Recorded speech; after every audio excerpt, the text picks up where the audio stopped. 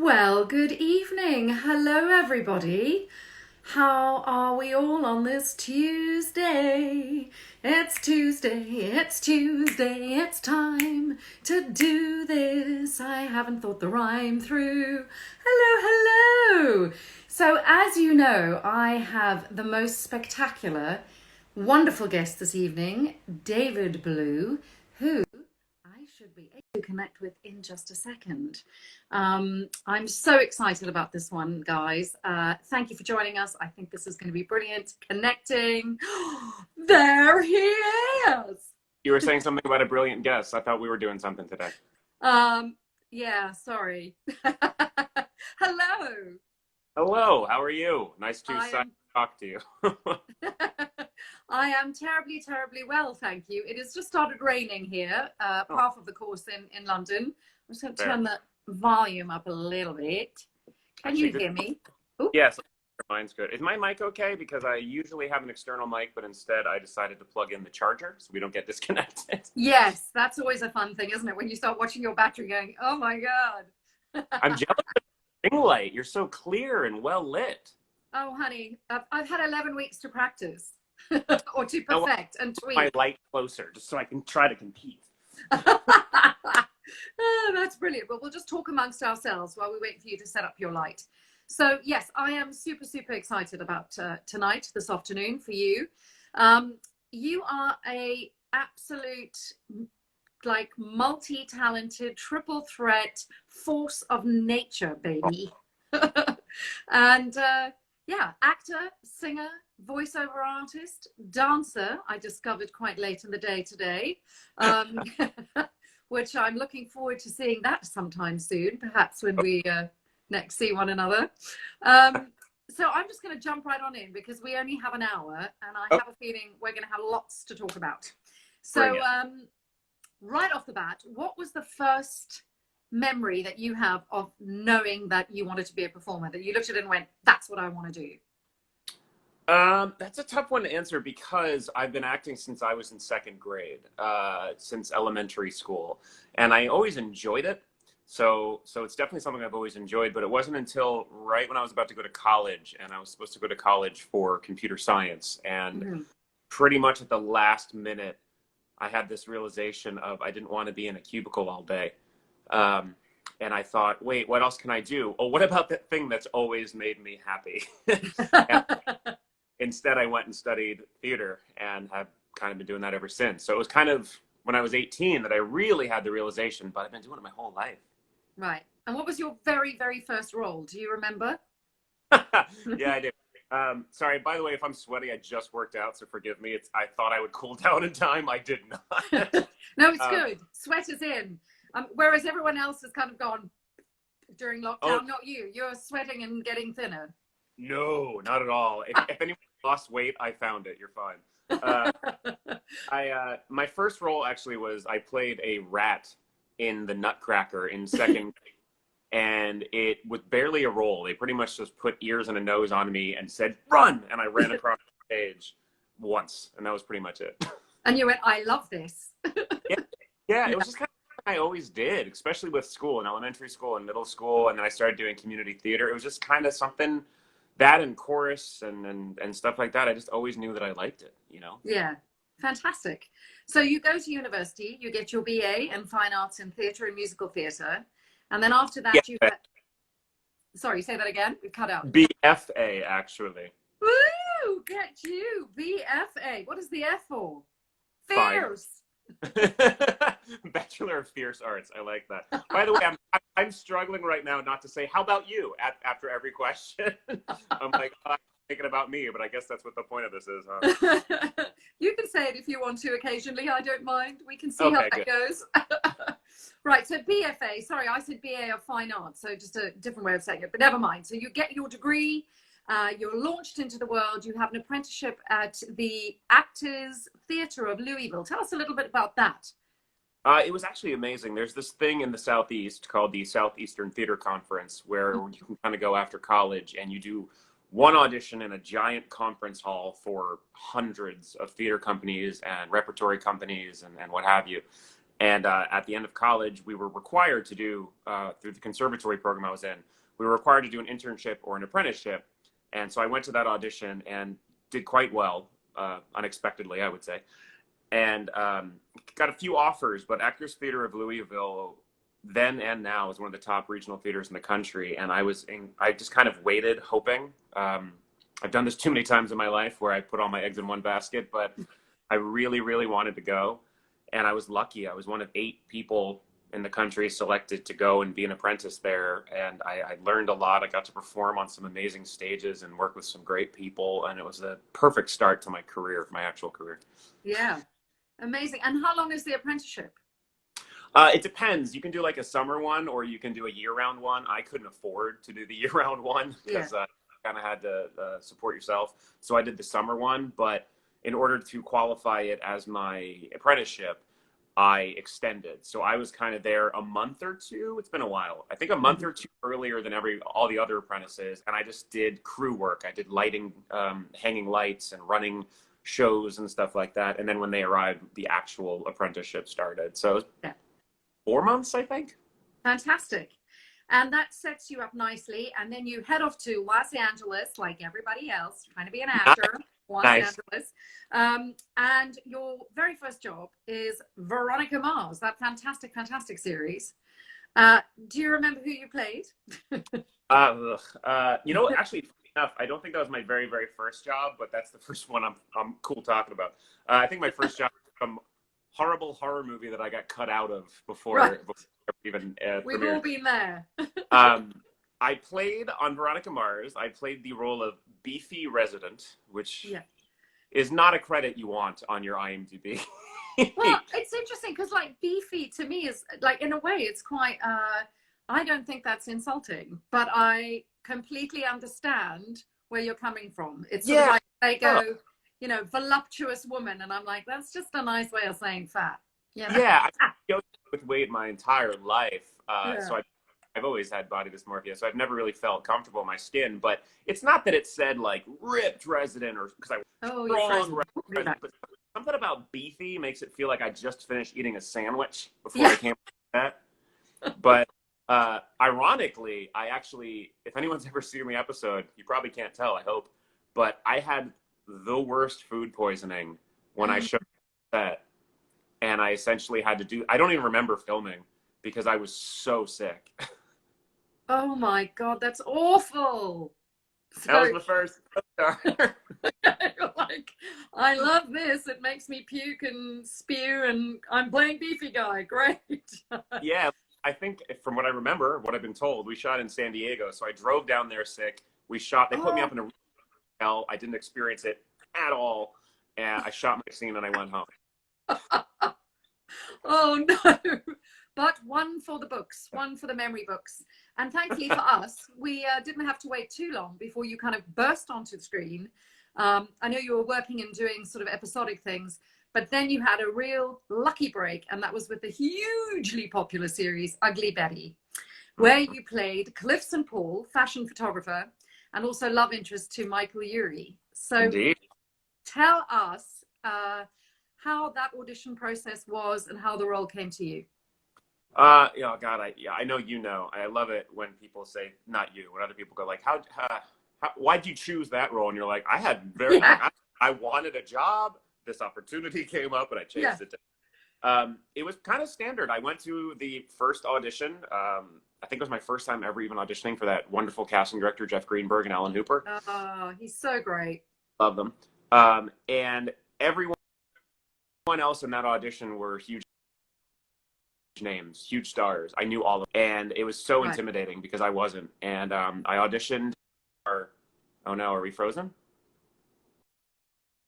Yeah, I think so. I can hear you though. The sound is carrying on. So keep talking, or I don't know. Did you get a phone call or something? There you go. You're back. You're back. Can you hear me now? No. Can you hear me at all? No, I can hear you. Yeah. Yeah. I'm wondering should I get off of Wi-Fi? I'm on Wi-Fi right now. Should I just go straight to like service? I don't know. Whatever's better, guys. What do you guys think? I mean, this is not really my area of expertise. This is the problem with quarantine is there's so many weird interruptions in service, you know? Yeah. Um, I'm Yeah, we tempted can to hear let's you. okay. I'm tempted to say let's keep going, but if it happens again, I'll switch to switch off of the Wi-Fi. Okay, You can cool. okay. So so just to finish that off, I had the audition. They told me pretty much in the room that they liked me a lot, but callbacks weren't going to be for about a month, and that they were looking for somebody heavier than me.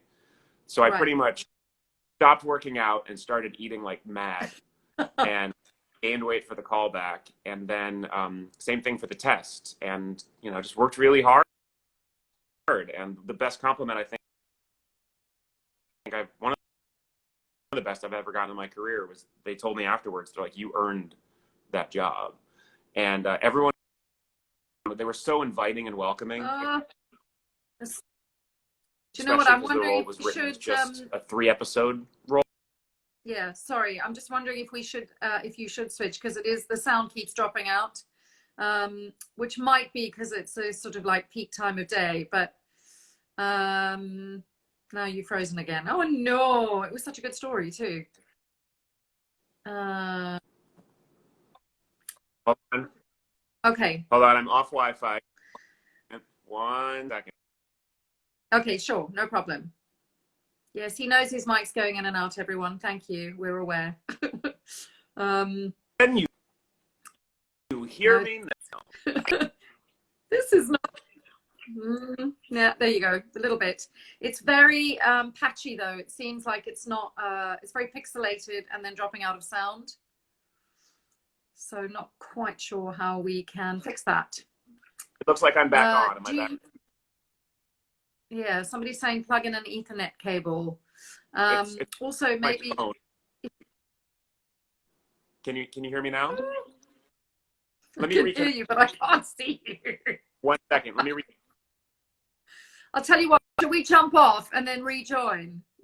He's gone, so he'll be right back. Well, we'll just talk amongst ourselves then. Let's see, who's this? Right, so who should I go live with? Da, da, da, da. He's back. Ta-da! Right, we're going to restart, I think. Here we go. Fingers crossed. I'm sorry. I have no idea. So now we're not on Wi-Fi anymore. I'm just using the regular service. Let's hope that's better. Right. I think that might be, hey guys from Unseen. I don't know though if that's going to be worse or better. I mean, in our house, Wi-Fi is definitely better because the picture is not good now. Can you not hear me? I can hear you, but like it's completely blurry, completely out of focus. So I don't know. Do you normally take? What we could do is we could jump off and you could maybe try and see if you've got some headphones or somewhere in your house maybe with this slightly better signal. I don't know. Unfortunately, I'm sitting next to the router, but I have a question for you. Can I do this via a PC or a laptop or no? I don't think you can do lives that way. I think, unfortunately, I mean, again, to my knowledge, no, and that's the pain in the neck. Somebody's saying change rooms. I don't know if that's going to work. Use Wi-Fi, much better. Can you move to another spot? Oh no. I'll tell you what, I think I'm going to go off. Say 5 minutes and then rejoin, if that's all right, everyone. Otherwise, they're going to cut us off after an hour and we would have spent all this time fixing the sound. So I will be back in 2 minutes. Dun, dun, dun, dun, dun. Oh, look at that. See you shortly. Hello again, everyone. If you are joining us for the first time now, we had to quickly jump off and back on again because David was having issues with his sound and stuff like that. So I'm going to just quickly see if we can make this work this time. Fingers crossed. And worst case scenario, well, I don't know what we'll do. We'll think about it and come back because there's no point if you guys can't hear us. I have no idea what is going on.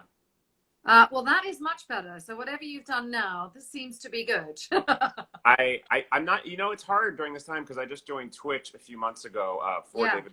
Twitch, and I've been having issues even with upgrading internet. There's just a lot of internet droppage these days because there's so much congestion and people using it. I don't know if it's that or what. Yeah. So I am. Well, I'll tell you what, somebody's saying I could sing. Well, we could sing a duet, but for now, we're going to carry on talking because we can hear you. Yeah, and I'm sorry, everybody, and to you. I have no idea what's going on. Oh, no, please don't be. It's, you know what, it happens. And especially with these live things, it's a busy time of day for you. It's a busy time of night here. You know, who knows? We'll plow on. So, you got the part of Cliff in Ugly Betty, and one of the things I've absolutely loved listening to interviews, every time you've been asked, like, how did you prepare to play a gay man when you're straight? And I just love your replies. So please share with us what you always say. That was a lot of pressure because now I got to make sure it's the same. But what I say is people make such a big deal about it. They're like, how'd you do it? How'd you play? And I'm just like, I played a person who was in love with another person. You know, it's the simplest thing in the world, and it's exactly how I view the world. It's not different. It's literally love is love. And especially with the character of Cliff, it's interesting. I don't know how you feel as an actor, but I teach and coach as well. And one of the things I always say is every role has a piece of you in it.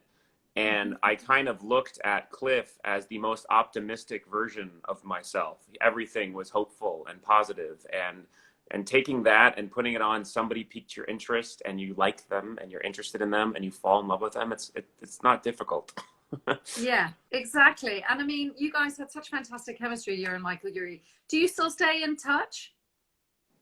Oh, no. Oh, no. No. We've frozen again. Yeah. Yeah, but it's all right. I can hear you. So,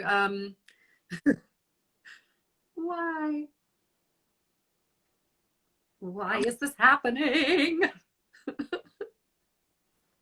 Got my laptop. I'm getting out my laptop.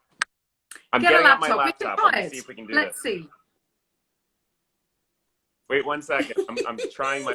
So, this is all right. So I'll tell you what. You set yourself up, and in the meanwhile, we'll just talk amongst ourselves. How is everybody doing? Suanne, get your singing voice ready. Yeah. How are we? It's day 59,000 of lockdown.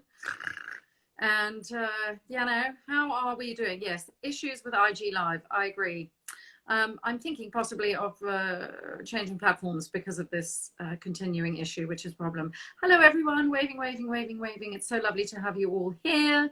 Hello, lovely Jacqueline Samuda. I saw you crept into the room nice and quiet. Think I didn't see ya. I saw ya.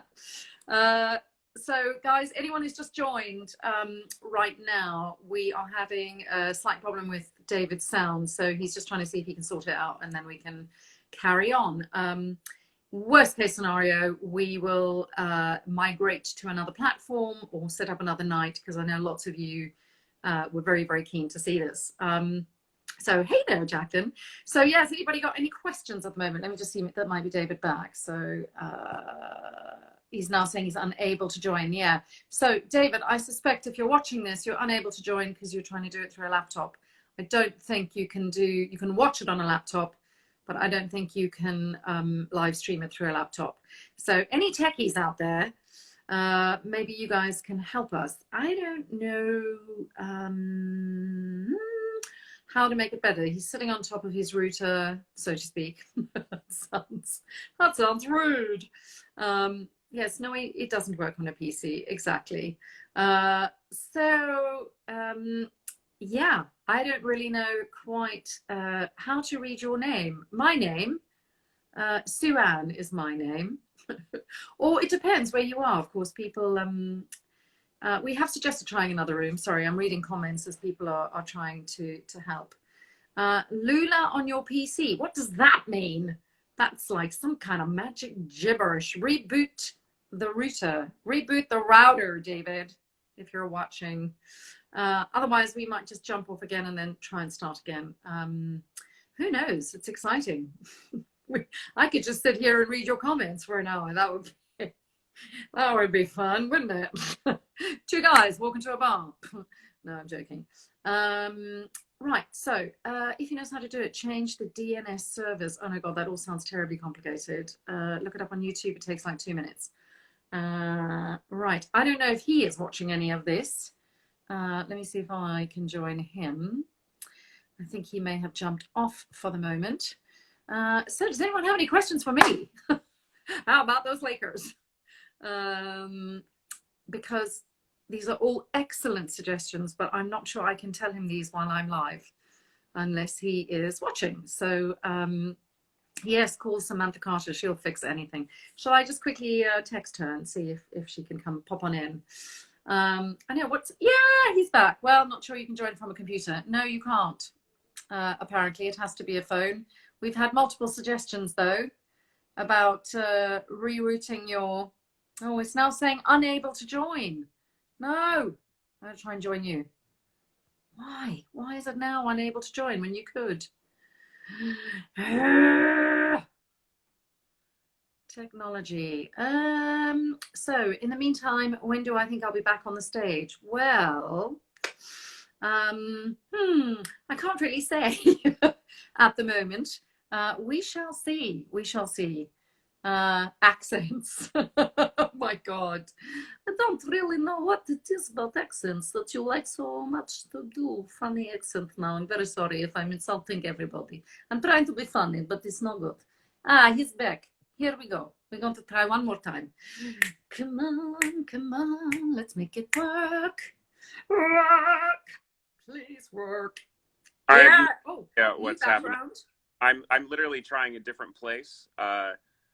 Again, I don't know what's going on. I have high-speed internet. I was right next to the router when we were doing it. Now I'm further from the router, but I can't do it on PC. I think I don't know. No, I think it's weird. For some reason, you can watch it, but you can't join the conversation. Yeah. Anyway, so we're going to plow on again. Yeah, so sorry. I feel terrible, but yes. Oh, yeah, please don't feel terrible. Is this just like an elaborate way to try and avoid talking to me? Is that what this really is? No, I've been looking forward to this all day. Yeah. So, wonderful Cliff St. Paul, working with Michael Urie. You get this wonderful opportunity. I mean, the show now, because it's being screened on Hulu, it's developed like a real cult following. It was kind of even crazy at the time, honestly. I knew of the show and I'd watched the show, but I had no idea how widely loved it was. So it was kind of an amazing experience to join that cast. What was your most outre out there kind of high fashion moment? I'll tell you my most a combination of that plus realistic moment. So I started getting invited to events and red carpets and whatever. After that, it was my first time really. And I remember showing up to a event, I think it was called Hot in Hollywood. It was just all good looking people. And here I am in like my t-shirt. And I pull up in my 1987 Honda Accord that barely ran next to the red carpet. Yeah. And girlfriend and I got out and we're like, quick, run. And we just gave the keys to the valet and ran to the other side of the room and then walked to the red carpet. It just felt ridiculous because it felt so disingenuous to what was actually going on in my life at the time. But the most amazing thing is everybody in that cast and crew welcomed me with open arms. So none of them were like, what are you doing here? You're brand new. They're like, hey, come take a picture with us. Yeah. Oh, awesome. And of course, the show, it's famously in Malala's book, she quoted saying that she watched it in Pakistan. So it's extraordinary, this show that has reached globally and audiences that you wouldn't necessarily associate with it always. So that is, what an extraordinary thing to have, sort of like, your first, because as you said, you've been acting your whole life, but this kind of launching you into the public eye. And then around about the same time, you auditioned for something called Moonlight, which you played a slacker computer whiz who also happens to be a vampire, which I loved. I was like, only in Hollywood. Tell us a little bit about that show. It was pretty amazing, actually, because I was already doing Ugly Betty, and then I had this audition for just one episode. It was supposed to be for one episode of this new CBS vampire drama. And I shot it, and after that episode, they just kept asking me back more and more. And here's a little thing I don't really talk about much. I was watching Jeffrey Dean Morgan because I love Supernatural.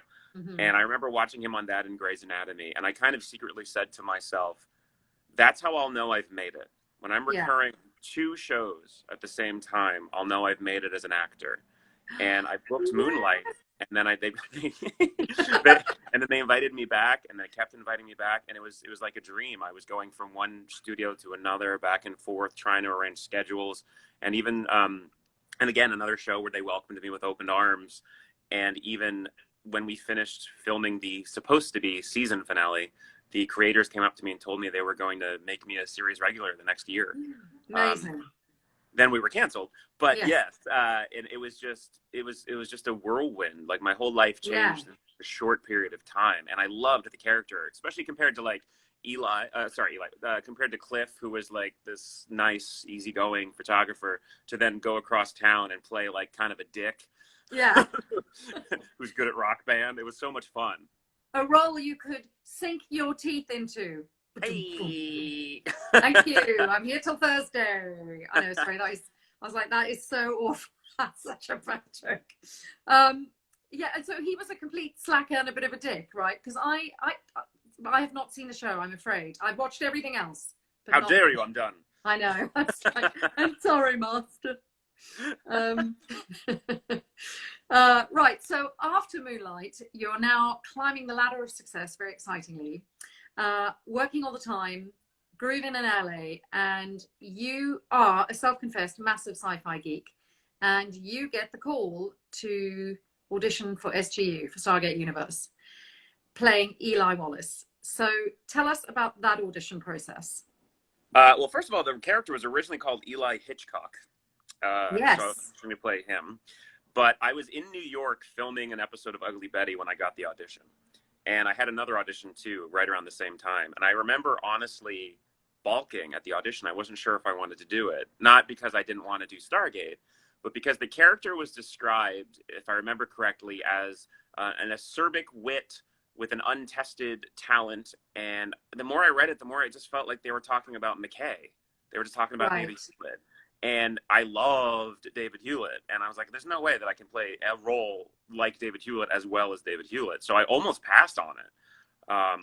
But I considered it. And then I asked my friend Claudia Black, who I had gotten to know actually because of Moonlight.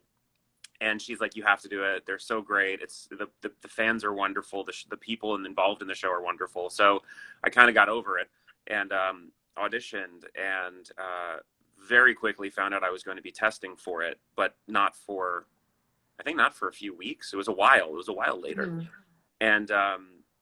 And then realized part of the problem was the audition sides for Eli were not really Eli's audition sides. Oh, they were God, that whole thing. Isn't that bizarre when that happens? Well, especially when it changes your perception of the character, because the original audition sides for Eli were Eli hitting on Samantha Carter. And I was like, I mean, I love Amanda Tapping, but okay. And I had no idea what I was really walking into. And then for the test, they actually had me do the regular sides. And then I got a better idea of who he was. Right. Okay. And why did they change the name? Do you know? Yeah, they couldn't get clearance. They wanted to do Eli Hitchcock, but there was another Eli Hitchcock that wouldn't sign off on it, which still blows my mind because they changed it to Eli Wallace. And you think with Eli Wallach, it would have been a problem. But, No, exactly. How funny. And how did you feel about joining sort of such an established show? Because SGU was kind of the third in the incarnation of Stargate. How did that feel? I was excited. Even my friends, because I have a decent number of friends who are also nerds. I was really excited because it felt like, you know how it is when you start a new TV show or a new gig, you don't know if there's going to be anybody to watch it. You don't know if anyone's going to care. And what was really great about stepping into an established franchise is you knew that there were people waiting for more, people who wanted to hear these stories. And it also was an intense amount of pressure, at least I felt, because there's so many people waiting to see if you disappoint them. But unfortunately, and I've talked about this once or twice in interviews, so I won't go deep into it. But unfortunately, there was also just bad timing when we premiered. I will probably get to it later, but I wasn't really expecting what happened because to me, I felt, not personally, I'm not going to say egotistically it was on me, but I did feel personally somewhat responsible for making sure that the new fans and the old fans could bridge and join the show. And that was a lot more pressure, I think, than I or anybody else was used to joining a Yeah, show. absolutely. I was going to say, I think in my notes, I was like, I think it's because Eli, you become us. You know, we see very much the whole sort of show through you to a huge degree.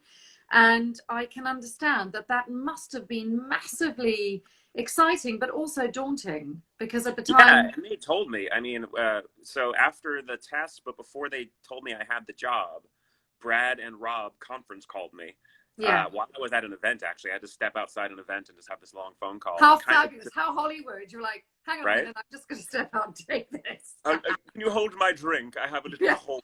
yeah. But they essentially told me, I think point blank, they're like, look, Eli is going to be the surrogate for the audience, so we need to make sure that you are who we want for this. And I was like, that's a lot of pressure. Yeah, But I yeah. actually welcomed it because not only had I seen, as you mentioned, all of the other Stargates before, but I'm a huge sci-fi geek. I take my crafts, it sounds douchey, but I take my craft seriously, and I was like, challenge accepted. I had no idea how far it would go in that direction, but I loved being the I think of like my family. My parents hadn't watched Stargate before I got cast, and I liked the idea that I could help bridge that gap for them. I could help, or this show could help, and in some small way I could help introduce more fans to Yeah, Stargate. That was always my goal. Not that I was a producer. My goal was always to take all of the existing Stargate fans and grow the family. Not to yeah, isolate anyone, not to alienate anyone, but to add to the family. And yeah. so I kind of loved the idea that I could help be a part of that. Now, on that note, when Elena was on, we chatted about this because, of course, she was saying at the time there was like massive backlash to you guys. Were you aware of that at the time? Sadly, yes, because I'm a huge nerd, and I was very curious how people were accepting the show. So I did Yeah. probably too much research, more than I've learned my lesson. An actor should not be with this aware of what people are thinking, but we all kind of were. We loved the show. We loved each other, and we enjoyed doing it. But we would watch. Everyone would come over to my apartment every week, and we'd watch the new episodes as they air, and then play Rock Band. But we would watch Twitter live to see what people thought. And after that first episode, I was really surprised. I don't want to get too negative about it, but what I learned and how I've kind of described it since is we unfortunately fell into a perfect storm, because it was a three-part perfect storm. First of all, some publicist somewhere screwed up, and they announced our creation in the same paragraph that they announced Atlantis's cancellation. Yeah. And even though they weren't actually related, because they had put them in the same press release, a lot of people thought we were only starting because Atlantis was canceling. And so that did not help. No. And then Sci-Fi rebranded, and then also MGM went bankrupt. So all of those things happened at the same time. Yeah. But a lot of people did enjoy the show. I mean, I was curious. I looked at a torrent site once, and I saw that SGU was the most torrented show of the month. And so I knew people were watching, but what I wasn't expecting, and the part that still kind of bothers me as a huge nerd, as a fan, as a consumer of entertainment, I wasn't expecting the active backlash. I went to conventions because I was one of the first to start going from our cast, and I would see flyers being passed out called SGU sucks, don't watch the show, and then we'll get Atlantis back. People were actively campaigning to get us canceled. And the way that I've said it before, it just surprised me, because the way that I said it before, did I freeze again? Am I frozen? Yeah, but it's okay. I think it's coming back. It'll come back. It's been so good up until now. We can hear you. There you go. You're back. Star Trek fan. I was a huge Next Generation fan, and I then was 9 and some of Voyager, and then not really Enterprise, and I would never actively campaign against. Exactly, against another show. Yeah, it surprised me, and I still feel this way to this day. If you don't like something, don't watch it, but it doesn't mean you try to get it canceled. Yeah, I think it's quite interesting. I've spent quite a lot of time with SGU and SG1 and Atlantis, but particularly SGU in the last 11 weeks. And I absolutely think it was one of those shows that maybe now, of course, hindsight being perfect vision, but I kind of think that it just has matured like a fine wine and a good woman. You know, I think that it kind of came too soon in a way, because the creators were really pushing the envelope. It was character driven, and it's bloody good. But I just think people were, as you said, so kind of hell bent and set on what they knew that they weren't ready to embrace it. Yeah, and But I think because not only, you know, I respected the hell out of Brad and Rob because they wanted to try something new, you know, and I've never understood people who get mad at them. You can't get mad at the people who created the show for trying something new, because it's still the people that you love. But that's a great freeze frame of my face that I can see. But also, it was so good for a while. I don't know what's happened now. It's started freezing again. Never mind. We'll keep going. There you go. You're back. And I like and you have to speak like. Oh no! No, we can't hear you. Back? Liked it. La la la la la. Nice hair. Can you hear me? This is good. It's going to be like Love Actually. We're going to be holding up. It'll be comical. Well, now you're frozen. Am I frozen or is she frozen? Can you guys hear me or her? Oh no! I can't. Am I frozen now? Okay.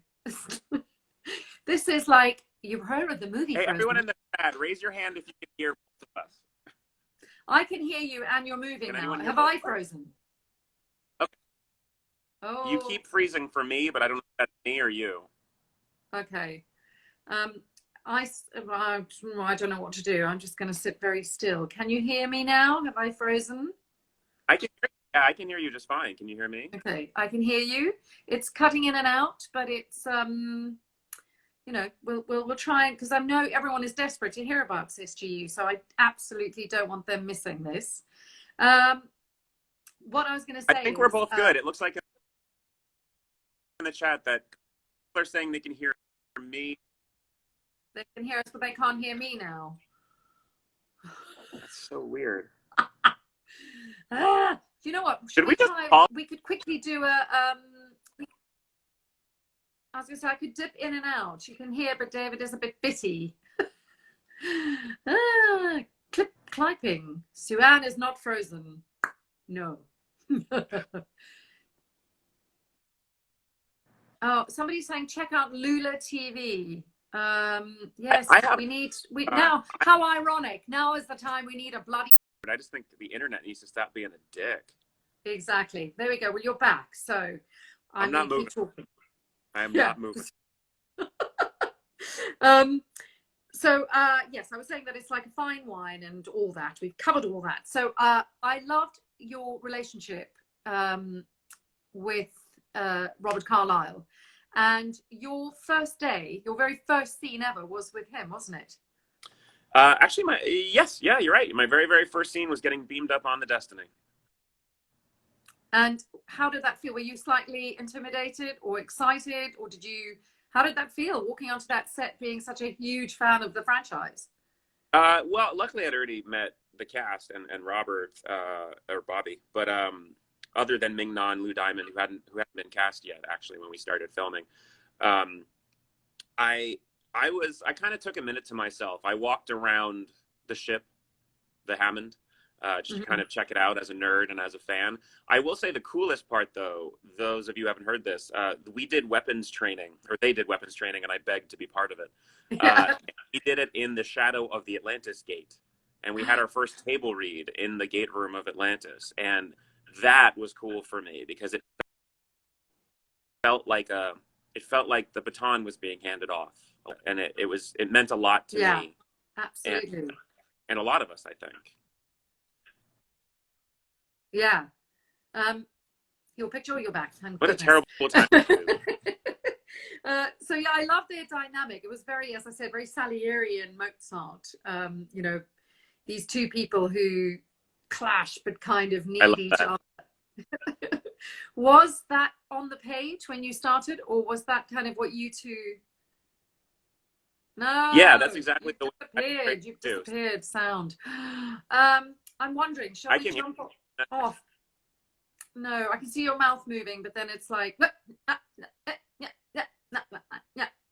bit like that. I have an alternative idea. Can you hear me? Yeah, It's not the same, but I'm wondering, just for the sake of, because I use it all the time, should we try to continue this on Twitch?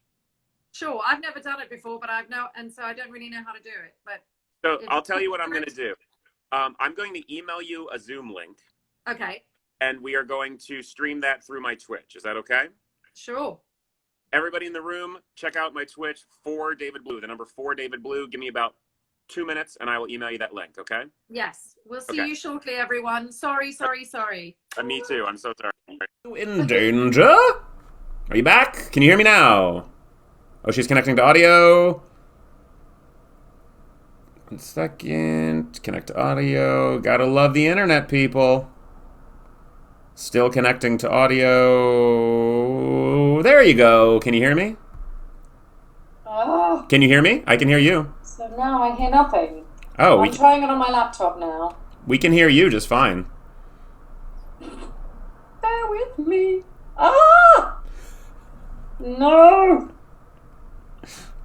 Right, wait. What is this? I'll keep talking just in case you can hear me. Hi, everybody in the room, by the way. Oh, why can't I hear you? I don't know. Everyone else can hear me. Speaker view. No. Hello. No, it's not speaker view. I think. Are you sure? Are you on your laptop now? Let's see. I don't chat hear with her. you. I see you, but I don't hear you. Let me just try something. Hang on. Disconnect. Well, those of you in the room. Oh, Ah! hey! Can you hear? Oh, Can you hear me now? I can hear you. There we go. Okay. So we should be good. Touch nothing. I'll touch nothing. We should be good. This is I now need hilarious. to try and balance this so I don't kill myself. Hilarious. Right. So. Get rid of the phone. I think we're good from now on. We shouldn't have any issues as long as no one touches anything. Right, just this is very flattering angle, isn't it? You look great. This is all going tits up in a big way. Hey, if it makes you feel better, this has been everybody for a while now, on the internet, off the internet. Technology is just going crazy. The world's insane. So the fact that we're talking to each other is a miracle. I'm trying very hard because I now have to like rejig my whole setup here. So I'm just going to sort of try and do that and get that out of the way. Because of course now also my questions are on my laptop. So what are you on now? Your laptop? I'm on my laptop because I couldn't hear you on the phone and I can hear you perfectly now. So I am going to bear with me and get... It's all good. You load that up. I will talk to the people in the room. We have about 56 people right now watching. Thank you everyone for bearing with us. They're all chatting with each other. The nice thing about Twitch is there's a chat room where they can all chat with each other. Oh, amazing. Right, so I'm just going to move this over the page and then I can see you. Are you good on time, or are you going to have to go exactly at 2?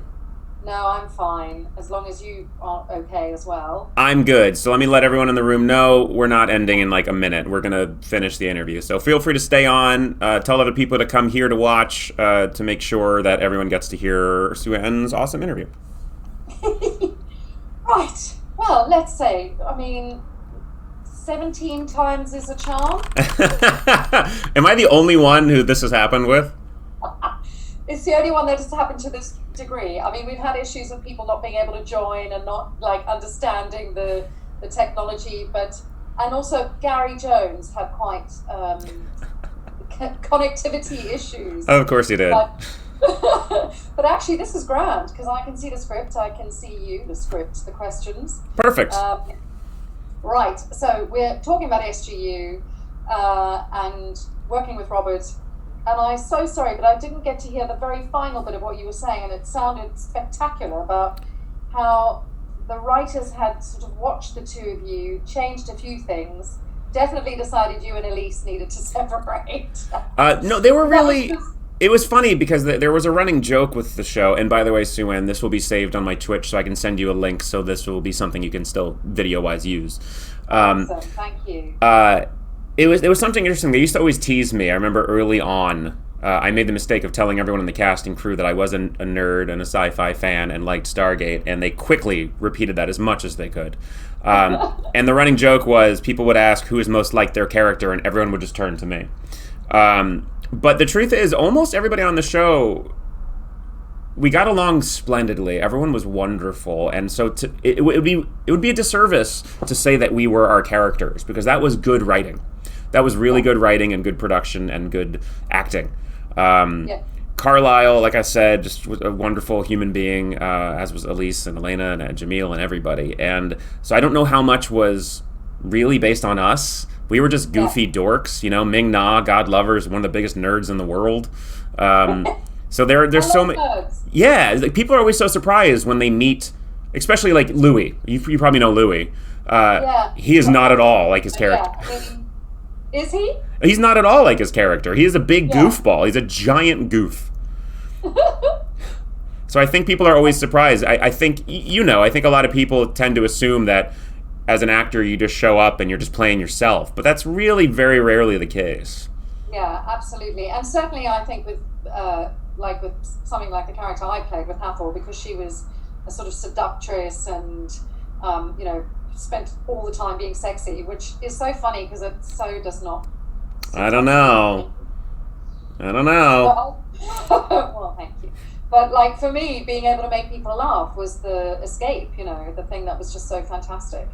Yeah, it's interesting. I found that, because I started losing weight day one of SGU, but having lost what I've lost now, if people didn't know me before, they assume that I have always been what I am now, which I still think is whatever. But I even got cast in a movie, and the director told me he didn't want to cast me at first because he wasn't sure if I could play a stoner slacker.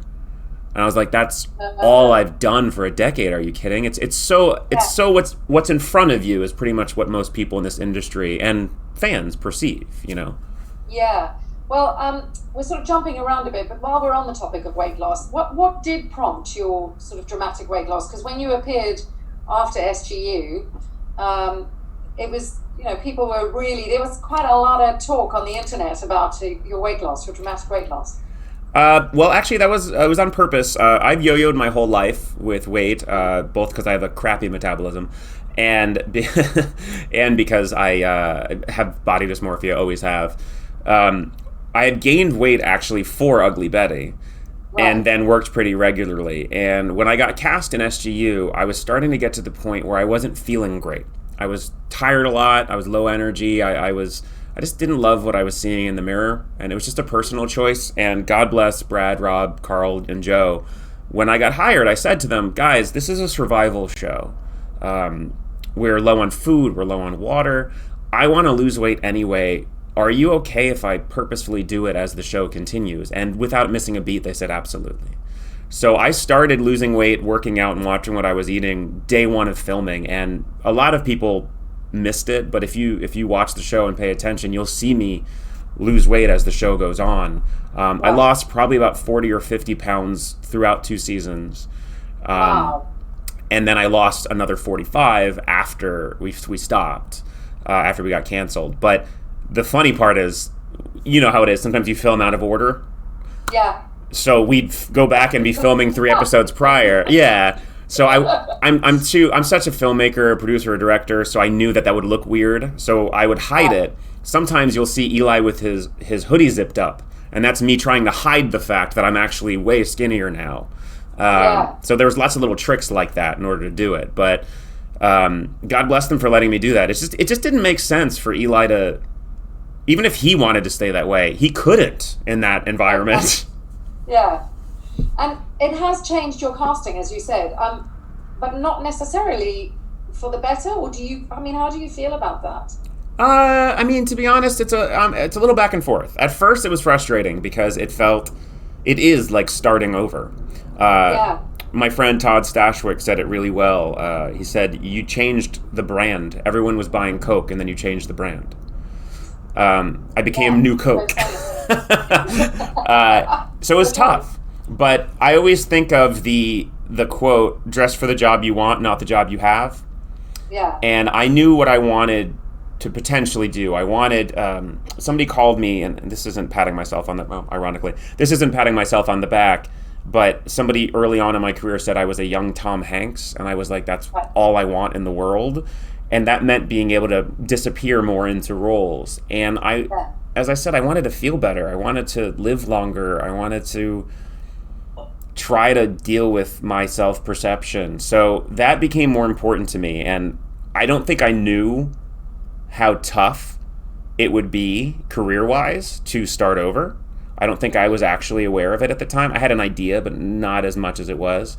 But luckily, it took a while, but luckily people started catching on. But it's crazy. Even to this day, I'll get called in sometimes for a role, and they'll not realize that I've lost weight. And it's been years. I'll run into co-stars from the past, and they don't recognize me. Yeah. It's crazy. Yeah, I can imagine that's sort of slightly disconcerting rather than just always what people assume it to be flattering, you know? Yeah, it's a little strange. And career-wise, it ended up having to be more of a fight than I expected, whether it be with representation or with casting, to literally say, that's not me anymore. This is me now. You know, a friend of mine, Chris Gorham from Ugly Betty, kind of said it well to me once over drinks. He said, it's interesting in our industry, people forget that you're a human.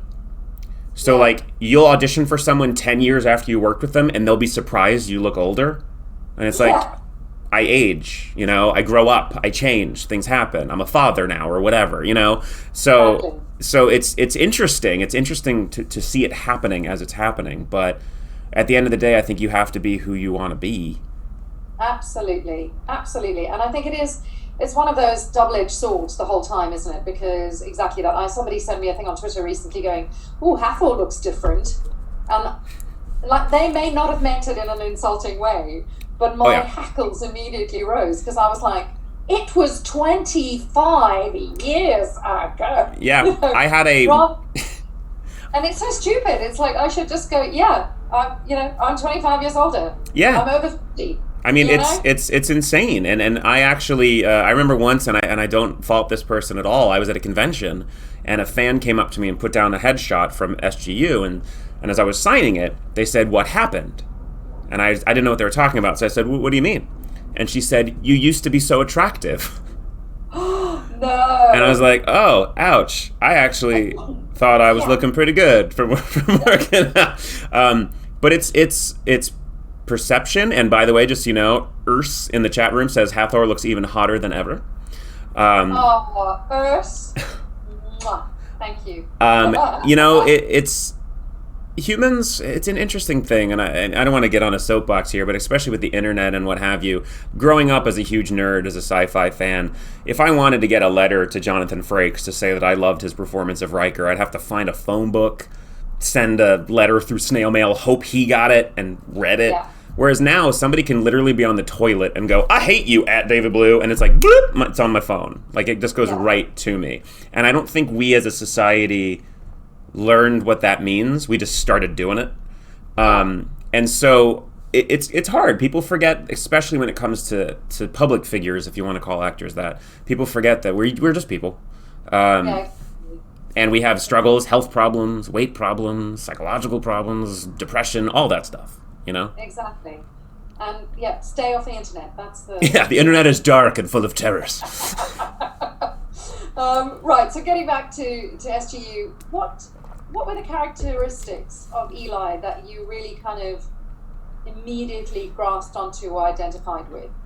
Well, for sure, I joke that he and I are not the same, but we were similar. I'm a nerd. I used to be great at math. I'm not anymore. I took honors calculus freshman year of college, but I can't do it now. Been able to do it. Like 10% of 10%. I don't do numbers. I'm like, no, honey. We are very similar in the love of TV and film. I am a huge TV film fan. That's where my nerd lies for sure. I do love space. I do love sci-fi and all of that stuff. And I do love taking pictures and videos. That is one thing that absolutely connected with Eli and myself. But aside from that, and I like to joke. It's not true, but I like to joke that I'm better with women. I'm not. I'm not at all. I'm very sickle right now. But we just lost. Sorry about that. that's all good. But aside from that, I'm not going to sit here and say that he was completely different than I was. He was a little bit more sarcastic and negative than me, definitely. He was a little bit more untested and scared and younger, I guess. But we had a lot in common. I would say that people that were most unlike their characters were Louis and Jamil, who were just night and day different. You've said that one of your favourite memories was, and weirdly kind of bittersweet, I think, in a way now for you, is that in your final episode there was a scene where you all had this huge meal together, and actually, ironically, it turned out to be indeed your last meal, because of course you guys didn't know then that you would be cancelled. Mm-hmm. Where were you when you found out? Do you remember? Where I found out we got canceled? Yeah. Oh boy. Yeah, and it's sad. It's going to be a little bit depressing. So I was at home. Mm-hmm. I found out on Twitter. Oh. I saw a tweet that said to me, "Sorry about SGU," and I didn't know what it meant at the time. And then my agent at the time emailed me and said, "Hey, bud, don't worry." And I'm like, "What do you mean, don't worry?" And like most of us found out via Twitter, with the exception of I think Brad, Elena, Elise. I know Brad, Elise, and Brian. They were on a Navy ship. Yeah. He was on the ship, yeah. So they didn't find out for like a week after us, which kind of sucked. It felt like we were kind of discarded and no one cared to tell us, which sucks. But we all very much had the mentality that we were coming back. No one said goodbye at the time. And in fact, I put all my stuff into storage and I came back to LA for a few months. I ended up having to go and get everything out of storage. And I think that's when that was the big turning point for me. I went to go get my stuff from Vancouver and I wanted to stop by the studio. And walking into the soundstage where the two-story Destiny set with working Stargate and working doors was just completely empty. And just seeing that, I was like, oh, I guess it's over, Yeah. So that was tough. Yeah. And what would you say, if you can, because I mean it's quite difficult to just sort of handpick, but your top 3 moments from that whole experience? They don't necessarily have to be from the show. I mean, just like 3 memories that immediately make you go, oh. God. Holy crap, that's a hard one. Let's see. Let me try to. These are. I can't say these are going to be the top 3, but these are going to be the 3 that come to mind. Yeah. One of my favorites, and so I teach acting and I coach actors on the side, have for a while, and one thing I try to relate to people as a story, as a goal. We were all shooting a scene in season 2 on the shuttle, I believe, and then they decided, like, oh, we want to change some lighting stuff. Can you guys, like, go off set for a while? So we all kind of went outside. It was a beautiful day in Vancouver, and we all just sat down at some tables in the sun, and we were just kind of hanging out for about 30, 40 minutes, laughing and talking about weird things and just being goofy as we were, because we were like a family for sure. And I think it was Peter Kalamis who played Brody. He just kind of went, guys, and we all just kind of turned, and he said, we're at work right now. And it was this beautiful moment of we're surrounded by friends and family. It's a gorgeous day. We're literally getting paid to do this, and we're all having a blast. And I think that always stuck with me for sure.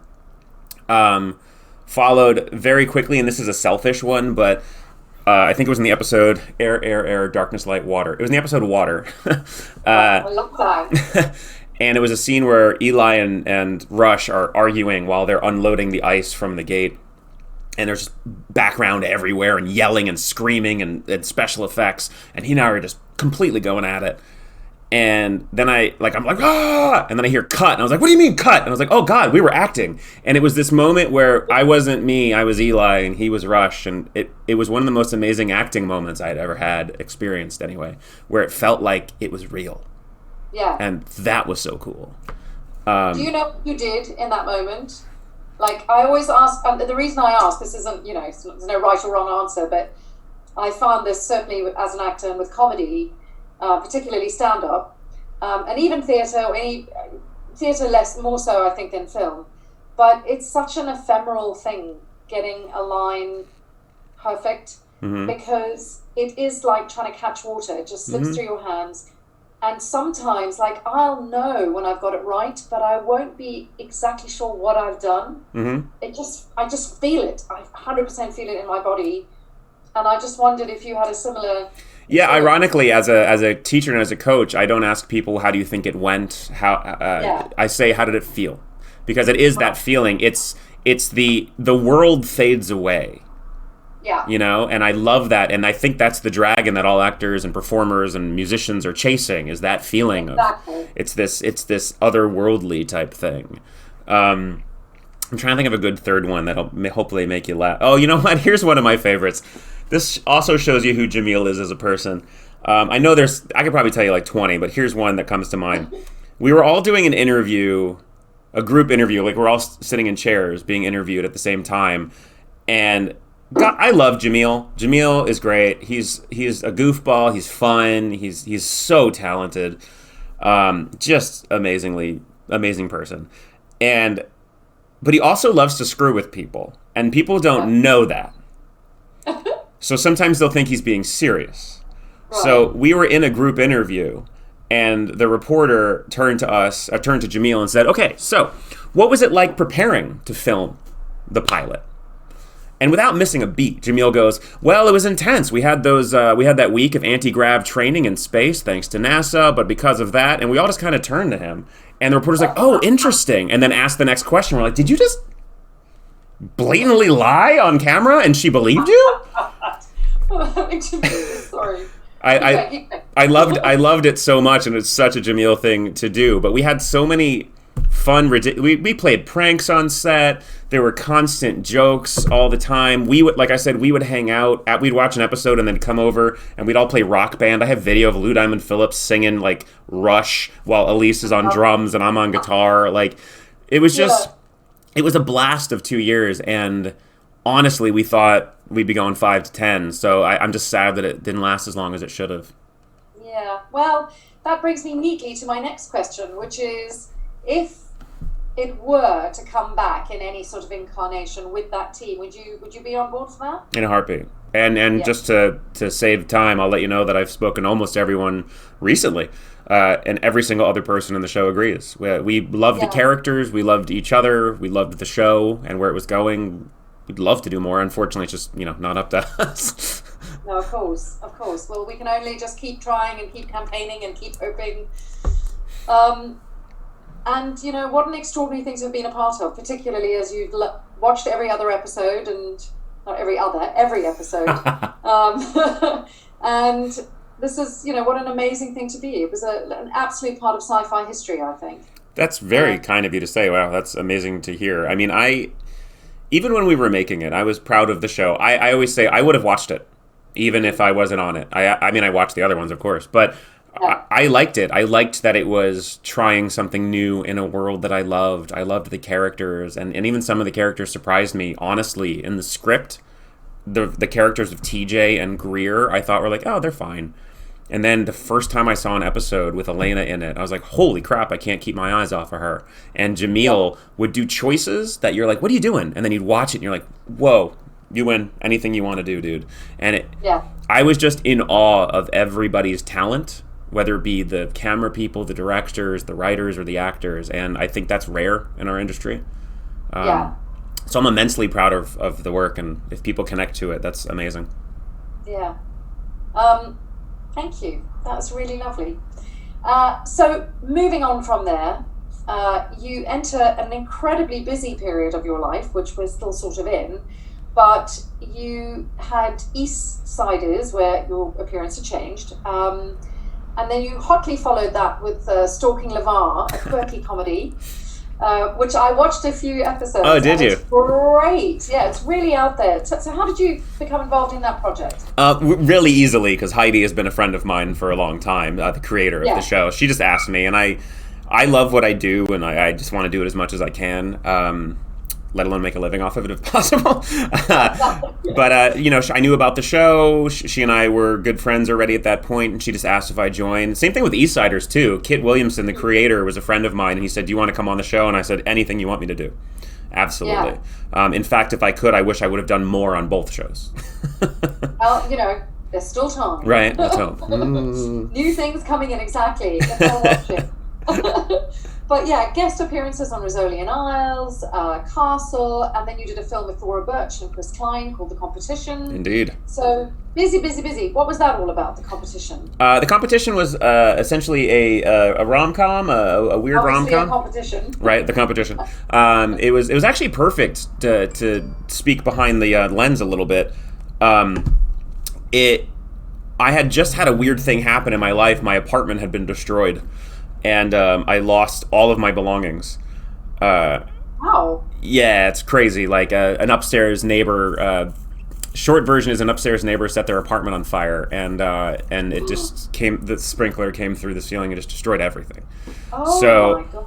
I was living in a hotel with nothing but the shirt on my back and a laptop, and I was like, "This sucks. I don't even know what to do." And I booked this movie that we shot in Portland for a month. So it gave me a place to live, it gave me a job to focus on, and got to meet and get to know Chris and Thora, and it was great. And I was playing a slacker, stoner dude. So I was like, I could do this in my sleep. It was a lot of fun. I was very lucky that year, actually, because I did that. I did a World War II movie, a small role in that with Casper Van Dien that I don't even think is out yet. And I did Lear's Shadow, the Shakespeare movie and play, and I did like 5 movies that year, the Christmas movie, and it was just crazy because it sort of reminded me how it really is the thing that makes me happiest. I love acting, I love being on set, and I love work. I'm a workaholic, so it kind of could not have come at a more perfect time. Well, I was going to say, because the next 3 projects I wanted to talk about were Oh, sorry. those films. So no, it's great. This is like great segue, honey. So the Christmas feel-good film, 12 Days of Giving, where you were a lovely romantic lead, and then an uber geek in The Concessionaires Must Die, which I just love that title, and then heavyweight Shakespearean dialogue and fantastic largely two-handed, there are 3 people in the cast, in Lear's Shadow. Mm-hmm. Remarkably different tonally, which is fantastic because you're versatile. You can play loads of different things. Mm-hmm. Was 12 Days of Giving your first romantic lead? I guess technically not, because the movie The Concessionaires Must Die, which came out that year, had actually been filmed years earlier. Concessionaires Must Die took about 5 years to come out. So that was my first rom-com lead, even though it was goofy and nerdy. But 12 Days of Giving was my first like Christmas movie, Hallmarky Lifetime movie, and it was daunting because, as somebody with body dysmorphia, as somebody whose mirrors are always broken, I don't see myself that way. And I years ago learned to shut up when people say something and go, "No, I'm not," and just go like, "Thank you." So it was kind of odd, but also really a wonderful challenge because it was something that I hadn't done and wasn't sure if I felt comfortable doing, and now want to do all the time.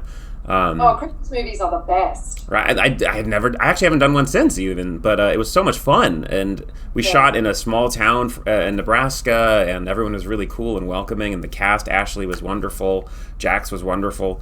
It was a great experience. No nightmare working with kids, because they always say, animals and children. No, and I have a friend who was on a kids show with like 100 kids, and he was like, ugh. Jax, actually, the kid in the movie was great. We got along. We went bowling one day on a day off. I didn't get to work with him as much because you know how it is with kid actors. They wrap them early. So pretty much half, if not more, of my scenes in 12 Days of Giving are me acting with a piece of tape on a chair. Yes. because they had already sent him home. Yeah. And that's when those lessons pay off, right? Yeah. You're like, oh, come on, piece of tape. I care about you so much. I've always loved you. It was more interesting because we were filming in Fremont, Nebraska, and it was supposed to be winter, but it was a warm winter. So we're filming on like ice that's breaking because it's melting, but we're supposed to be like, brr, it's so cold, when in fact we were sweating through everything. So I understand that. I did a film 2 years ago shooting in Romania where it was like 36 degrees. I don't know what that is in Fahrenheit. Hot. Yeah. Bloody hot. Yeah. And we were all dripping with sweat and was meant to look like this sort of icy, flying in foam and stuff. Anyway, I think I prefer that though, because we did a sequel to the film which is coming out in November. Oh, nice. And that was shot in Scotland in the cold. And for me, I'd much rather be warm than cold, I think. I'm the opposite because I sweat easily. I can always put on more clothes. Like, there's only so much I can take off. But I feel you, and this is something about acting that I love-hate. Like, you'll film a Christmas movie when it's hot as balls, and you'll film a beach movie when it's freezing. Like, it's always the opposite of what you want. Absolutely. When your body is white and pasty and hasn't seen the sun, you're like, great, now I've got to get my gams out. Yeah. That's Lent, Yep. by the way. Oh, God, yeah. So in The Concessionaires Must Die, quirky film, interesting, and you acted as co-producer and star. How did you find that experience, sort of wearing the two hats? Did you enjoy that, or was that quite daunting for you? In that particular instance, it wasn't that bad because it was one of those creative producer titles where it wasn't like I was responsible for making the movie. My wonderful director and friend, America Young, was. So she was dealing with all that. My job was just to not screw it up. Since then, I've done a few other projects as producer, and I have learned that I'm a good producer, but I love acting, if that makes sense.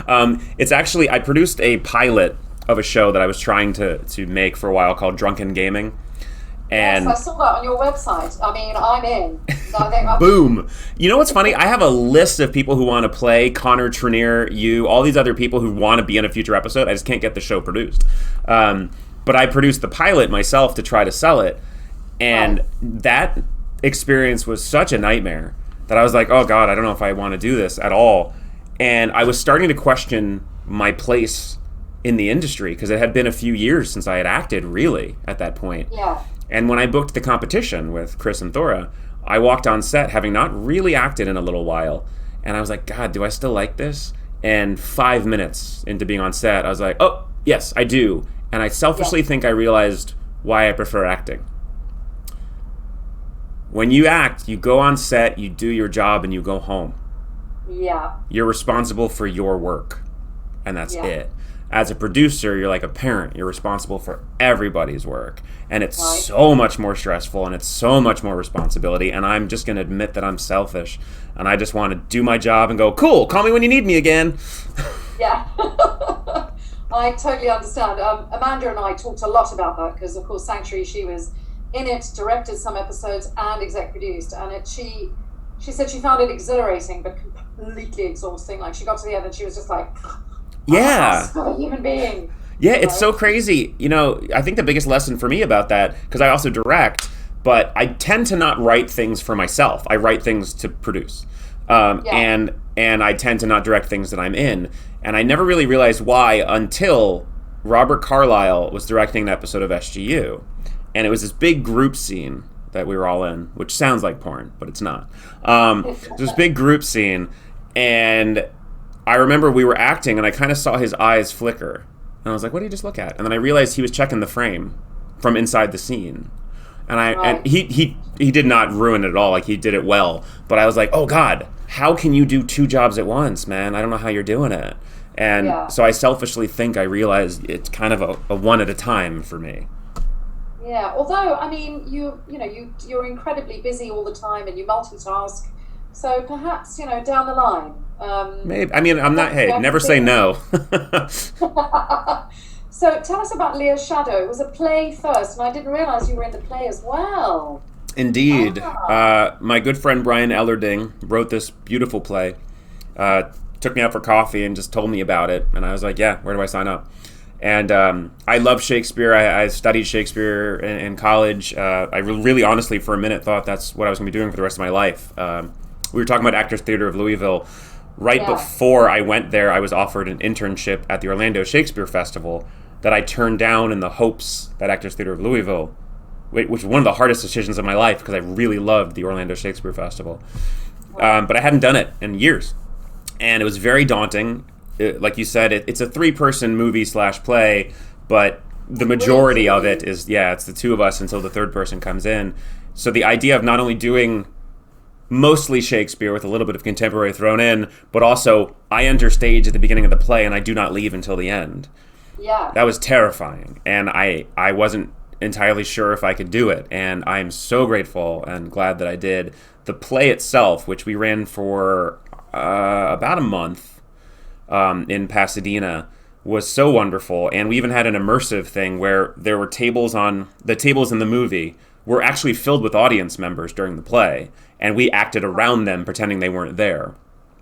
Amazing. So it was an amazing experience. And actually Elena and Ruthie Connell came and saw the play. And then we filmed it over 2 days. The whole movie took 2 days to film. 2 days. 2 days. Because we had done the play for a month, so we all knew it so well. Yeah. And honestly, I thought it was going to be trash, because I'm like, there's no way that we film a movie in 2 days and it's good. And I'm so proud of it. It's so good. I love it. I'm very proud of that movie. I think it's a good movie. Yeah, I mean, it's fabulous. It's really, you get to strut your Shakespearean chops, which you do remarkably well. It's funny, it's moving, it's, I highly recommend it. So watch, everyone. Yes, we're not paying her to say that, by the way. Just no, honestly not. So do you enjoy, which would you say you prefer from a creative point of view? Kind of small, really intense kind of vibe like that, or a big, well-oiled machine? I mean, obviously, financially, I'm not talking about that. I'm talking purely creatively. It depends how hungry I am. It's interesting because I'm usually a too honest person, and especially since I've joined Twitch, I'm a very private person, but when you're on Twitch, it's impossible to be because you're just like, here's me. I've moved around the industry so much because it really was like starting over when I lost the weight. So I've moved around representation a lot. So when I've taken meetings with new representation, they'll always ask, what do you want to do next? As if I have a choice in that matter at this point in my career. And my answer has kind of been the same. As much as I would love to play Chuck on Chuck, like be number 1 on a TV show, and that sounds fun, I've also been friends with leads of shows and seen how tired they are, how exhausted they are, and how you kind of give up your life for 9 to 10 months out of the year. And I do love that. I'd love to be in a Marvel movie. I'd love to be Shazam, not take over for Zach, but I'd love to be that type of thing. But I think the sweet spot, the thing that intrigues me the most right now, I would love to be in a good ensemble drama, just doing good work. I would love to be on a Parenthood or This Is Us. Have you watched Succession? Yes. Oh my God, I would love, because it's like Shakespeare. Yeah, exactly. Absolutely. Epic, high stakes. Yeah, we're watching like Weird King Lear. I just want to, it's funny. I quote a friend of mine in college, and this is back when we were studying theater. Doing TV and film was a pipe dream. We lived in Florida. That wasn't a thing you do. Yeah. And somebody asked my friend Dan, do you want to go do TV and movies? Or do you want to do Broadway? Do you want to be famous? And he said, I want to make a living doing what I love. Oh, sorry. That's all good. I've been holding my laptop, so it just slipped out my hand. Oh. Are you okay? Yes, Okay. sorry. Do you want to make a living doing what you love? I just want to make a living doing what I love and doing work that challenges me and that I can be proud of. And so a good ensemble thing like a This Is Us, I would die for. Do I want to, be a superhero or be in a Marvel movie? Is that a dream of mine? Of course. Yeah. I'm not ridiculous. But if I could step into anyone's career, it'd be Tom Hanks. I want to do everything. I want to do comedy. I want to do sitcom. I want to produce. I want to direct. I want to help. Yeah. So what is next for you when lockdown lifts eventually and when we can all finally go back to some sort of semblance of real life? Oh, God. When is that going to be? Can you tell me? I don't know. Well, so Julie McNiven, who played Gin in SGU, and I have kind of become unofficial writing partners. We wrote a few scripts we've been trying to take out and sell, the most recent of which is this, I dare say, pretty darn good 1-hour drama that seemed to have some interest to sell and produce before COVID happened. So I'd love to do that and get that show on the air. Right now, me and a director and another writer are currently co-writing a single cam comedy that actually I will be in, that takes place during quarantine, that we're in pre-production on the pilot, and we're currently writing, I think we're on episode 6 right now of 10. So we're hoping to sell that or get that put up and get people's eyes on it. As far as like actual stuff after, I have no idea. It's been weirdly slow in the industry before quarantine. Yeah. The I industry sort of felt like people kind of sensed something was coming almost. Like there was lots of trepidation and. Yeah, but you know what? And not to speak too insider. To the 77 people in the room. Hi, people. Hello, everyone. The way that I would phrase it, because a few studio exec friends and I would kind of try to figure out what's going on, and the way I started saying it was, everyone in the industry knows the model is broken, but no one has a better idea of what to do other than what we've always done. Mm-hmm. So everyone's just like, just keep doing it until we get a better idea. Yeah. So I think I don't know that they knew necessarily that something like quarantine was coming, but I think people know that a change is going to happen. Just we don't know when. And that's good changes like diversity. That's odd changes like going to streaming and financial systems completely changing. But I don't really know what it's going to look like, especially after this, because people are talking about writing shows with less guest actors and no travel. And like how film sets are going to be completely different. I was having this discussion yesterday with someone. You know, there will be no more buffet style, like all eating together. The food will be, they were saying they're thinking of maybe having actors bring their own, like, knife and fork and spoon and mug, like prison. Yeah, well, I think I might have been texting with David Hewlett about this, but I was saying, you remember that big jug of red vines that are always on set that you just reach in and grab one? Exactly. Gone forever. Never going to see that again. I'm a crafty. But it's interesting because, you know, as a fan, as a watcher of entertainment, I don't know that I want to watch a show that's the same 5 people for 20 episodes, no guest stars, and no group scenes. Like, I'm not interested in watching that. That sounds boring as hell to me. Yeah. So I don't really know what the actual fix is going to be. I do know that I didn't have a lot of auditions this pilot season, sadly. One of the ones I had, honestly, I would have been perfect for, and I did a good job. It was about 2 days before quarantine. It was essentially an older version of the roles I've always played, and I was like, perfect, here's my next job. Yeah. And I don't even know if I did a good job. I don't know if they thought I did a good job. I did a good job. But I don't know if once this is done, are they going to just hold new auditions? Because it's been months. Everyone they saw might have gained, lost weight, changed, who knows. Exactly. It got picked up. The show got picked up, but they never filmed the pilot. So, like, it's picked up, but you don't have a cast. So it's just, we're in such a time of, not to get too deep about it, we're in such a weird time in human history where we're going to have to evolve, first of all. We just have to. But we don't know when it ends or what the world's going to look like when it ends. So we're all just kind of plodding along going like, I guess we're alive, so just keep going. Exactly. That is kind of how I feel at the moment. I have days where I wake up and I kind of think, oh my God, it's all terrible. And British theatre is on its knees, as I'm sure theatre is globally. And then I kind of think, you know, people have survived worse. They have. And theatre has survived. Film has survived. People need storytellers. They need to be entertained. They need that escapism of living in another world, whether that is sci-fi, comedy, sci-fi, whatever, you know. Yeah. You know, I actually used to say it. Sorry. Continue. No. Go ahead. Just reminded me of there's a great meme that says the original name for Zoom was. Oh no, sorry. Go ahead.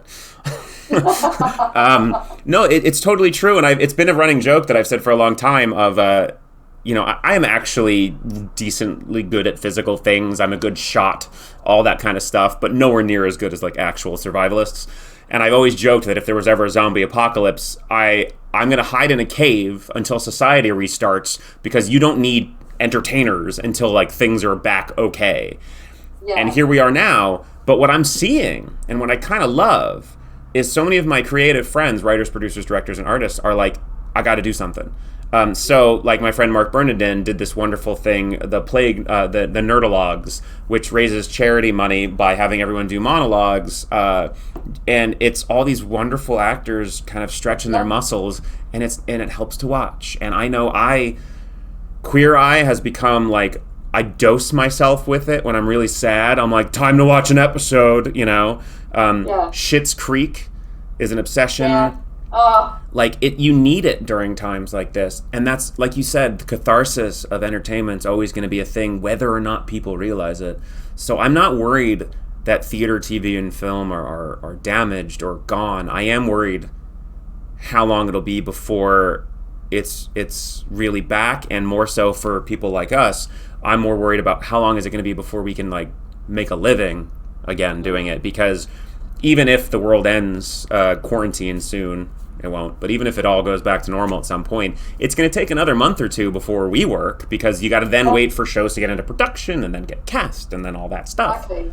So, and also they have to figure stuff out that no one's ever had to do before. There's going to have to be, like, hair and makeup has to be done differently. How they then get supporting artists on a set and transport. How do you then work if you're on location? Yeah, that's actually, I love the actors in it. I mean, like, there's so much stuff. I was speaking to a producer friend of mine the other day, and he was just like, Yeah, which is why it's so funny, these guidelines that they're like tentatively releasing say things like, crew is going to be quarantined in certain areas. The only people that can go from area to area are actors. And as an actor, you're like, hold on. So I'm just expendable? Like, what exactly is going on? And it's a little terrifying, because especially when before a lot of people weren't working more than ever. A lot of actors I know were already back in January saying it's starting to. Sorry guys, this is gonna be a little depressing, but a lot of actors were already successful ones saying it's starting to feel like acting is a hobby, not a career. Yeah. And everyone was worried about that before. Now that this has happened, I think it's going to be even harder. Those of us who unfortunately are addicted and it's what makes us happy, we're not going anywhere. But I don't know what that future is, which is part of the reason, honestly, years ago I moved into producing and writing, because I wanted to create stuff I wanted to watch and I wanted to create work. But it's a little freaky. And I think this is true of the whole world. Everyone's like, the highest unemployment like since ever, and no one knows if they're ever going to work again. But especially when you do what we do, where you're like, hey, look at me. It's like, even though you are essential, you don't feel essential. Yeah, exactly. I think one of the great things, though, is that we can create and do things like this show. I know we're on your channel right now, but Hathor Host was kind of born out of wanting to do something and feel creative, and it's been amazing to get to know fellow actors who I normally spend 10, 15 minutes with at a convention, or maybe a day or a weekend. So just keep creating, keep, coaching other actors. At least it's a way of fulfilling that, scratching that itch. Yeah, and I absolutely, by the way, thank you for having me, but I absolutely agree with you. When Elena mentioned she was doing this, I'm like, I want to, because not only did I want to do it with you, but I agree. I've always been fascinated by the creative bug, and also I think most of the actors I know who I find interesting to watch are curious about people, and like to watch and learn and know people. And I even hosted a podcast for a while that was an interview type thing for that reason. Yeah. Tell us about Out of the Blue. Is that, are you still doing that or not? No, the company that I was doing it with at the time, I decided to part ways with, and then I kind of haven't done it for a while. I'll announce here, I can't say anything officially, but there will be a new podcast with a new company under a new name, but it'll still be... I can't say where, when, or who with yet, but it's going to be a similar type format, once quarantine ends, of course. But I know that feeling, and I think you're wonderful for doing it, and I also think you're doing it well. I think these types of things, much like Zoom, allows us to not feel like we're stuck at home by ourselves. I think these types of things can at least help us figure out what that new normal is going to be. you know? Absolutely. So my last question before I hand over to the fan questions that I've got, and unfortunately, obviously there were loads of people who wanted to ask you stuff on Instagram, but I do have a few. So my last question to you is, what is your dream job? Acting job, I mean. My dream acting job? Yeah, or dream job, actually. I don't mind. Well, my dream job is I found something when if my mom and dad are watching. Hi, Mom and Dad. I found something when I was going through my old stuff at their house, and I think it was junior year of college. My professor made us write a day in the life 10 years from now. And I just found it recently. I wrote that I got off stage in New York from my Broadway play that had just opened, hopped on a plane, flew to LA, met up with my wife, I think, to take a car to my movie premiere. Yes. And my dream has always been to just work a lot. And I love what I do. I love sharing it with friends and helping others. And if I can get to a place where I can lift down and bring others up, that. Creatively, it's anything that challenges me. I'd step into anything that Zach Levi, John Krasinski, John Gallagher Jr., or Tom Hanks, or Paul Rudd do and be happy. Yeah. Well, what an absolute treat this has been, and I predict great things ahead for you. Can you write that down and sign it? I shall, and I'll tell you what, more than that, I'm going to hold me and you to that, and when it does happen, I'm going to pull out my little tacky piece of paper and say, told ya. Perfect, I love it. So I have a few questions here from fans. I don't know, can they ask you questions on Twitch? Yeah, there's a little chat room. Are you seeing the stream right now, or are you just seeing me and you? At the moment, just seeing me and you, because I'm reading the questions. But once I've done them, they're not that many. I hope this poor man the guy from Portugal who says, I'm a huge SGU fan in Portugal, and I don't know if he's on Twitch. So what's his name? Instagram. Luis, I think. I need to double check. Bear with me. Hang on 1 second. Luis. Let me ask. But they're all chatting up a storm. All 80 of them are chatting up a storm right now. Woo-hoo. It's hard to know because with Twitch especially, people have usernames and you're not sure what their real name is sometimes. Right. Well, anyway, we'll assume that he will see it somehow. So he says, from a big SGU fan in Portugal, after they got confirmation about the last episode of Stargate Universe, was there any attempt either from the cast or production to keep the show alive? Well, to be completely clear, cast has very little say in anything.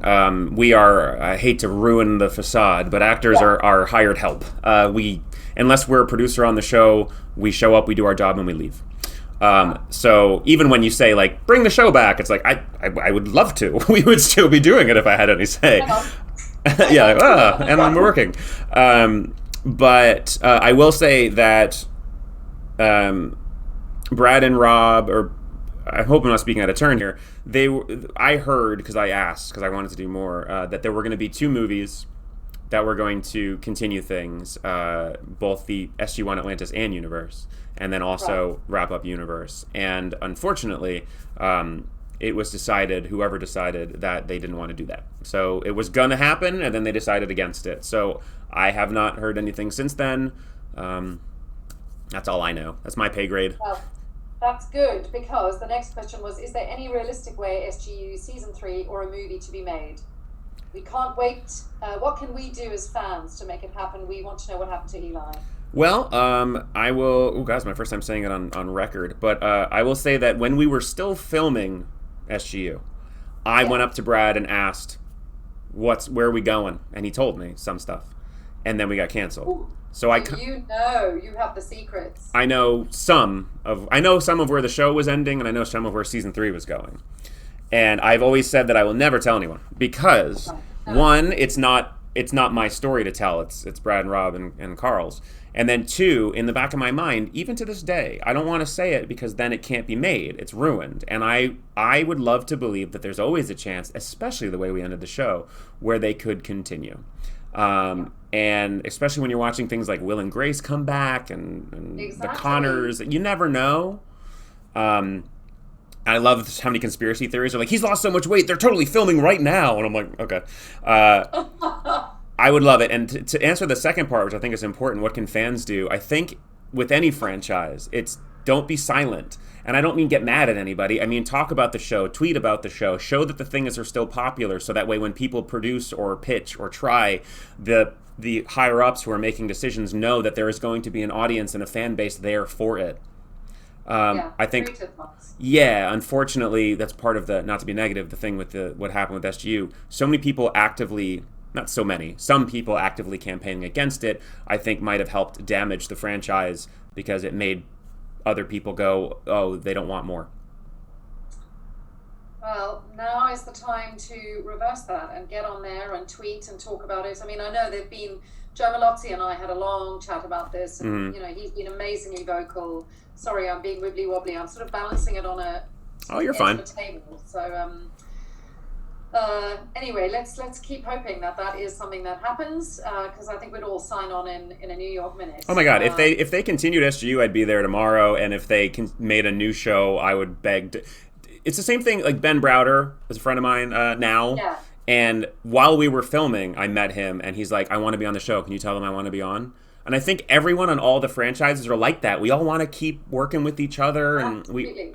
So we're down. Like, it's just not up to us. And also, I think certainly with Stargate, there is something really special about it, that people genuinely seem to love each other, get on with each other, stay in touch. Like, I was, compared to sort of series regular stuff, just a tiny, minuscule portion of the show, but still have amazing friendships, still see people, still in touch, still laughing, still, staying in touch. And that's really special, I think. I would say 99% of the people I've met that, even if I didn't ever work with them, that have a tie to Stargate are incredibly cool. And even if it's just doing a convention, like we did one in Chicago, it was me, Chris Judge, Jewel State, and Elena. And we just went out for drinks, and next thing you know, we're clubbing until 3 a.m. Like, we just all get along. Yeah. Chris Judge, dangerous to go out with. Oh, yeah, I went home at 3. He was still there. I'm like, good night. Have fun. What was it like filming that final scene on the Destiny once everyone else was in the stasis chambers? It was tough. I mean, we didn't know it was going to be the end, for sure. And to this day, it means a lot to me. Patrick Gilmore, when he watched the episode, texted me and gave me a nice compliment about my acting in that scene. It was important to me at the time that Eli wasn't just kind of staring off into space, that something was going on, that he was thinking about something, and I love that Patrick kind of picked up on it. But it was, at the time, it was hopeful, and it was interesting. Looking back, it's kind of hard to imagine that. Like you said, one of our final scenes was all of us having a goodbye dinner in an episode. Yeah. And it's so bittersweet to look back now and realize, we've all seen each other since, but the characters, it was so weird to think that was actually our goodbye. Yeah. On a scale from 1 to 10, how big a sci-fi geek are you? 9.5. I haven't seen everything, but I love TV and movies, and I had a Star Trek Next Generation birthday party when I was a teenager. My first convention I ever went to was as a fan to a Star Trek convention. God, I have a lightsaber sitting on my mantle right now. I'm a pretty big nerd. I love it. So pretty up there. Yeah. This one goes to 11, guys. What's your favorite video game? Ooh, tough. I'm just gonna list a couple. Journey was beautiful. Skyrim was great. Back in the day, Secret of Mana, Chrono Trigger. These days on my Twitch channel, I'm playing all sorts of stuff. One retro game that I've always loved called Starflight, and a new one recently that's gorgeous called Gree. Oh, it's so beautiful. I don't know. I like stories. Yeah. Let's see. There's one here. If you had to choose between bacon or pizza, which would you choose? It's like Sophie's Choice. They're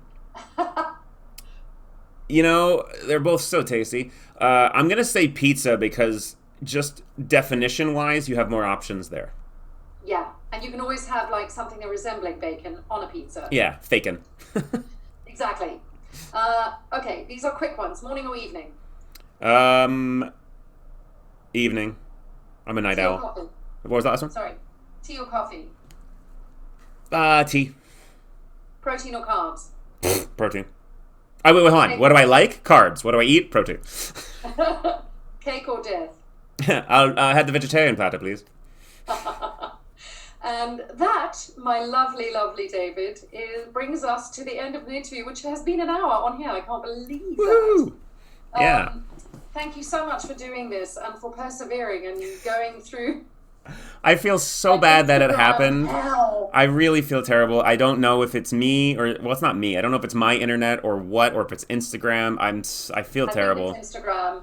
You know how you were saying if Zoom's was originally called, what did you say it was? It was Zoom? oh, sorry. Go ahead. Yeah. I think Instagram is, have I frozen? Can you hear me? Can you hear me? Yeah. So, It's yeah, a please nightmare. don't worry at all. Thank you so much for taking this huge chunk of time to answer our questions, to be such a good sport, to whack this onto your Twitch channel. It's been a delight. I appreciate that. I will make sure I will send you a link at the very least to the video of this, which will be up on my Twitch channel. I've never Brilliant. tried. Let me see if I can download it and send it to you or something like that. So maybe you could post No, it. just the link is fine. And Okay. then I think that's probably easier for people because it probably is a whopping file. Okay. I would imagine. I will email that to you as soon as it's done processing. But I just wanted to say, Cool. one, thanks for your patience. But two, thanks for wanting to do this. You've been lovely, and this has been a lot of fun. Oh, thank you. And I look forward to us doing it again in person, hopefully. Yes, please. You better not get rid of me. No, hell no. So thank you so much. And everybody, make sure you watch her next interview. Follow her on Instagram if you don't already. And who do you have next? Oh, thank you. Who do I have next? Jacqueline Samuda. Oh, woo, okay. Jacqueline Samuda. And then Dan Payne. Nice. And then we're into July, which is Tony Amendola, Paul McGillian, Rosetta Vander. God, I've got the list somewhere. I was like, who have I left out?